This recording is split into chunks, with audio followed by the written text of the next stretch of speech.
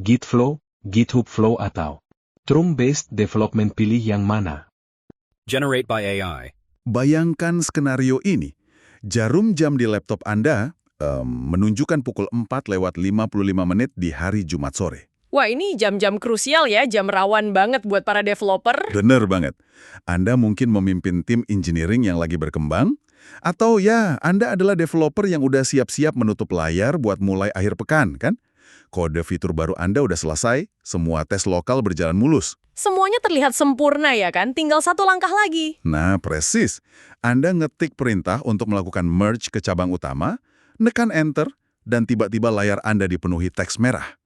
Konflik merge. Waduh, itu mimpi buruk setiap developer. Iya kan? Ribuan baris kode bertabrakan dengan pekerjaan rekan setim Anda yang, entah sejak kapan masuk ke sistem. Rencana akhir pekan Anda menguap gitu ada, diganti sama malam panjang yang penuh rasa frustrasi buat ngurai benang kusut logika orang lain. Itu adalah momen di mana arsitektur kerja yang seharusnya memfasilitasi kolaborasi malah berbalik jadi musuh terbesar tim. Betul. Dan itu bukan salah developernya kan? Tepat. Dan yang bikin frustrasi, masalah ini jarang banget tentang seberapa pintar developernya, tapi tentang sistem yang mereka pakai buat berinteraksi satu sama lain. Dan itulah misi kita pada eksplorasi mendalam kali ini. Kita bakal membedah anatomi dari Git workflows atau alur kerja Git. Kita nggak akan bahas teknis dasar kayak apa itu branch atau commit. Kami tahu Anda pasti udah paham soal itu. Yap, kita anggap pendengar kita udah di level menengah ke atas lah ya. Betul sekali. Yang mau kita eksplorasi hari ini adalah kenapa kekacauan hari Jumat sore itu terus terjadi di banyak perusahaan. Dan bagaimana tim engineering terbaik di dunia ngerancang ritme kerja mereka buat ngehindarin hal itu. Kita bakal bahas 3 raksasa metodologi, yaitu Git Flow, GitHub Flow, dan Trunk-based development. Nah, pembahas kita dalam diskusi ini bakal bertumpu pada 2 variabel yang sangat membumi ya. Pertama, ukuran tim Anda. Dan kedua, frekuensi deployment atau seberapa sering Anda mendorong fitur ke tangan pengguna. Karena nggak ada satu metodologi yang ajaib untuk semua ukuran, kan? Bener banget. Memaksakan alur kerja tim elit beranggotakan 5 orang ke perusahaan multinasional dengan ratusan developer itu resep menuju kehancuran. Begitu juga sebaliknya. Oke, mari kita bedah ini. Kita mulai dari yang paling klasik, gajah di dalam ruangan kita, Git Flow. Silakan, ini favorit banyak orang di masa lalu. Kalau saya perhatikan strukturnya, kan ada banyak cabang yang umurnya panjang banget. Ada main, ada develop, lalu cabang feature yang bisa terpisah berminggu-minggu, terus cabang release sampai hotfix. Cabangnya lumayan beranak pinak ya. Nah iya, jujur aja sumber kita mengibaratkan ini tuh kayak makan malam mewah dengan 5 menu. Sangat terstruktur, formal, setiap hidangan punya urutan dan piringnya sendiri. Anda nggak bisa, tiba-tiba lompat dari menu pembuka langsung makan hidangan penutup. Analogi makan malam 5 menu itu sangat pas. Dan Anda harus ingat konteks kapan model ini diciptakan kan? Ini dari tahun 2010. Oh, pantes. Zamannya beda banget ya. Beda banget. Di masa lalu, software itu adalah sesuatu yang punya versi yang sangat kaku. Bayangkan Anda lagi ngebangun aplikasi perbankan desktop atau software buat mesin MRI di rumah sakit. Yang pastinya nggak diupdate setiap 2 jam kan? Tepat. Anda merilis versi 2.0, lalu mungkin 6 bulan kemudian baru merilis versi 2.1. Git Flow didesain khusus buat ritme yang lambat dan sangat diregulasi ini. Berarti ini buat tim yang besar banget dong? Iya, ini adalah model yang ngasih kepastian mutlak buat tim masif. Katakanlah yang punya 50 developer lebih. Oke, mari kita bayangkan ini di dunia nyata ya. Biar Anda yang dengerin bisa lebih kebayang. Tim saya, puluhan orang, lagi sibuk ngebangun versi 3.0 dari sebuah aplikasi enterprise. Fiturnya raksasa semua nih. Oke, lalu apa yang terjadi?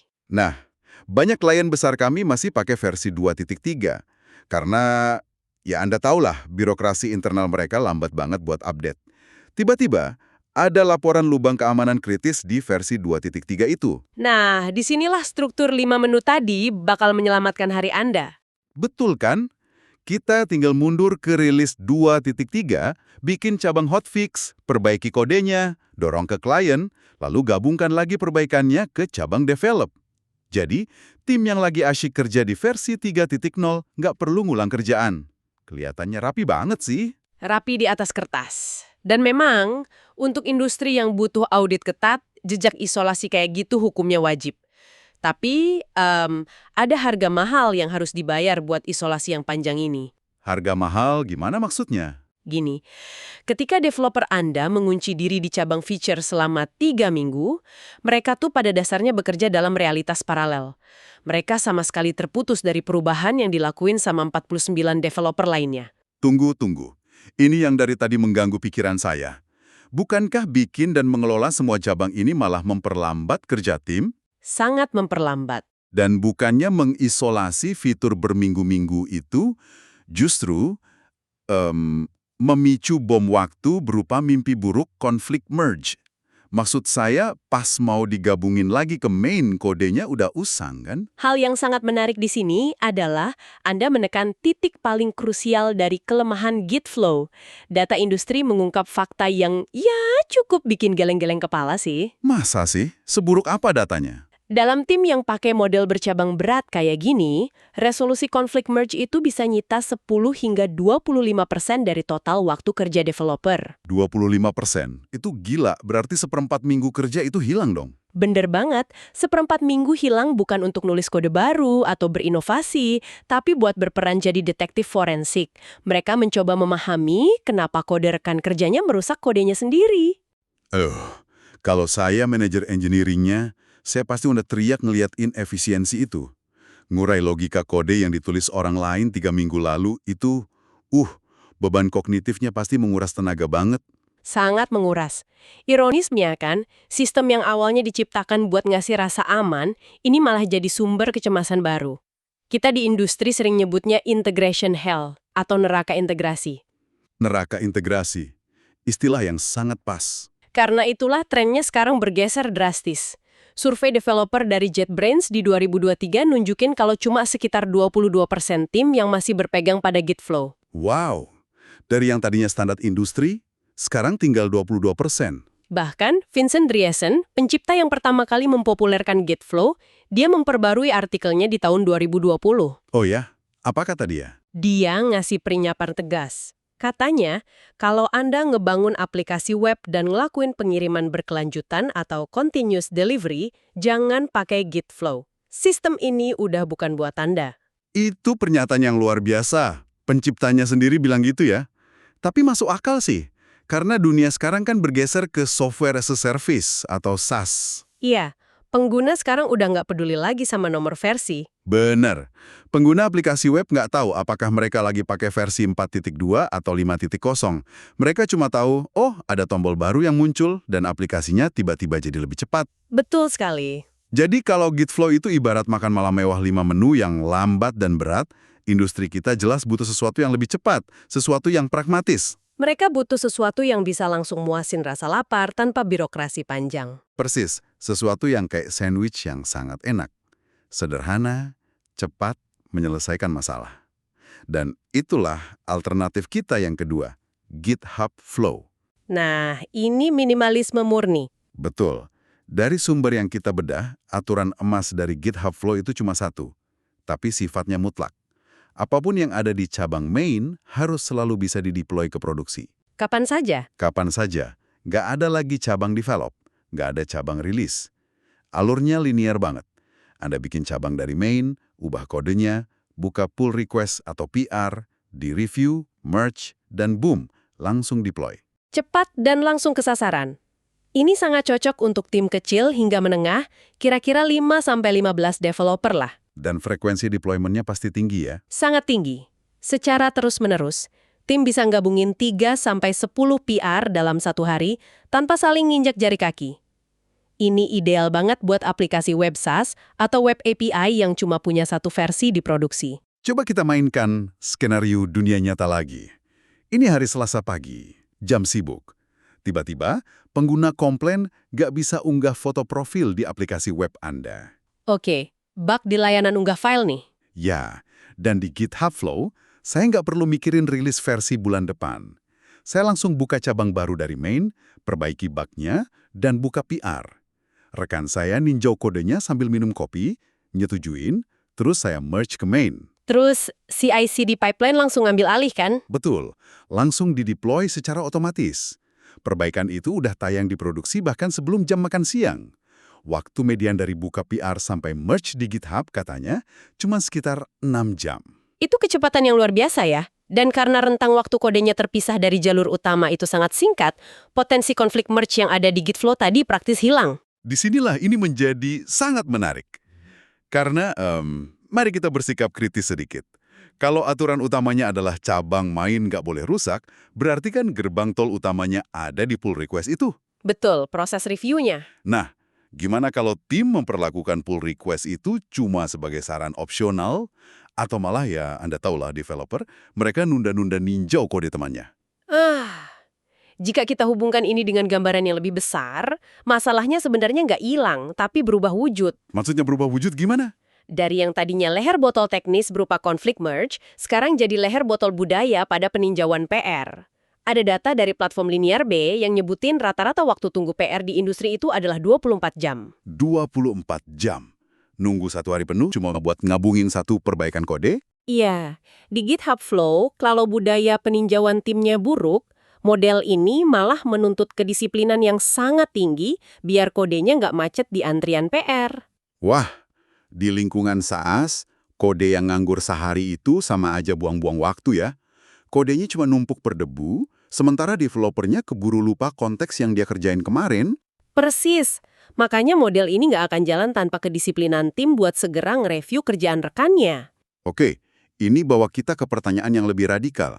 Kalau antrian PR di GitHub Flow masih bisa bikin tim melambat gara-gara nungguin review 24 jam, gimana caranya tim elit di perusahaan raksasa bisa jalan? Tim yang ngelayanin jutaan pengguna itu ya? Iya, mereka bisa melakukan deploy puluhan kali sehari tanpa merusak aplikasi. Gimana caranya?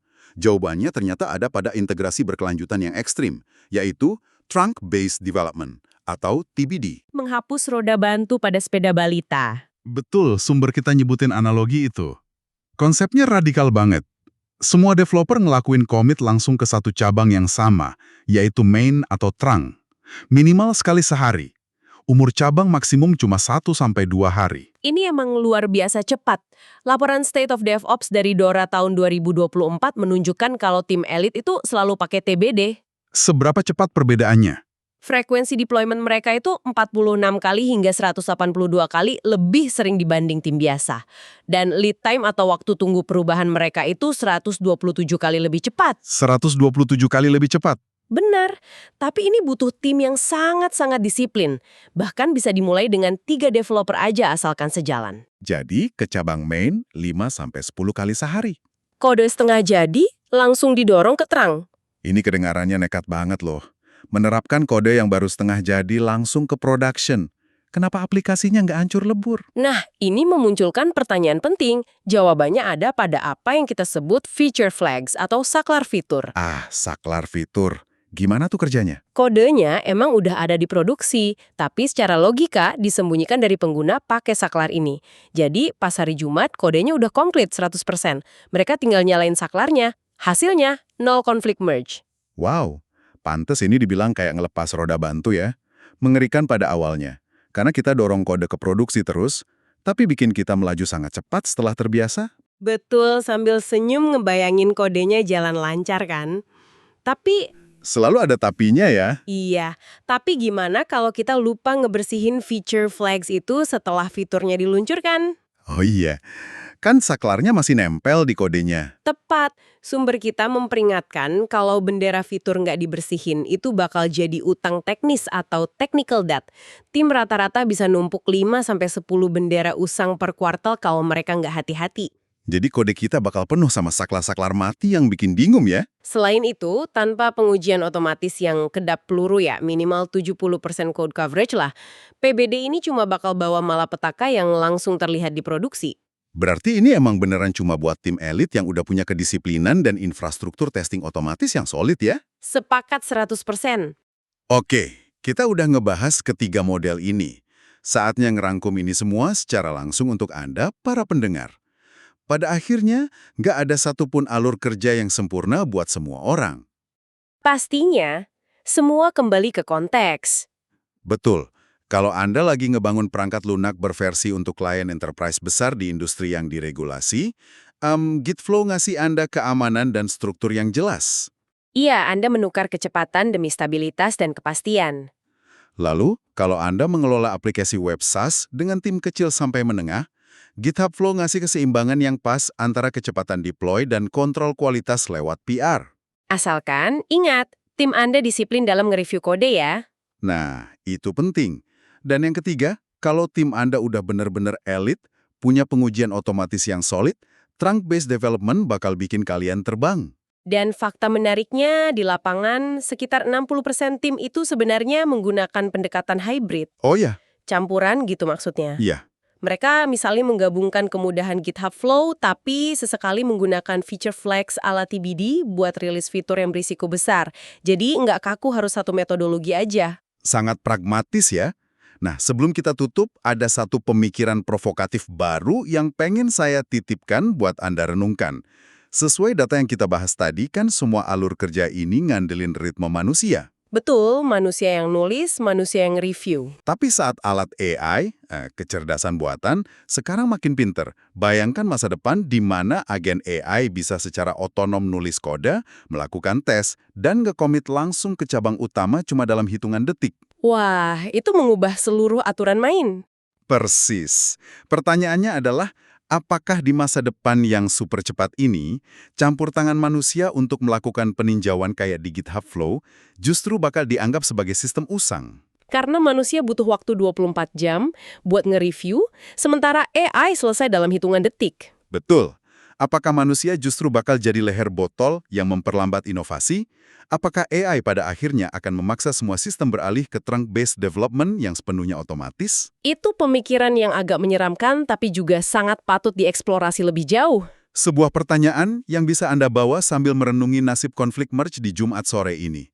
Baiklah, kami sampaikan terima kasih kepada Anda semua karena telah ikut serta mendengarkan eksplorasi mendalam menyusuri sumber dan materi hari ini. Tetap semangat ngoding dan jangan lupa review PR teman Anda. Bener banget. Sampai jumpa di eksplorasi pengetahuan berikutnya.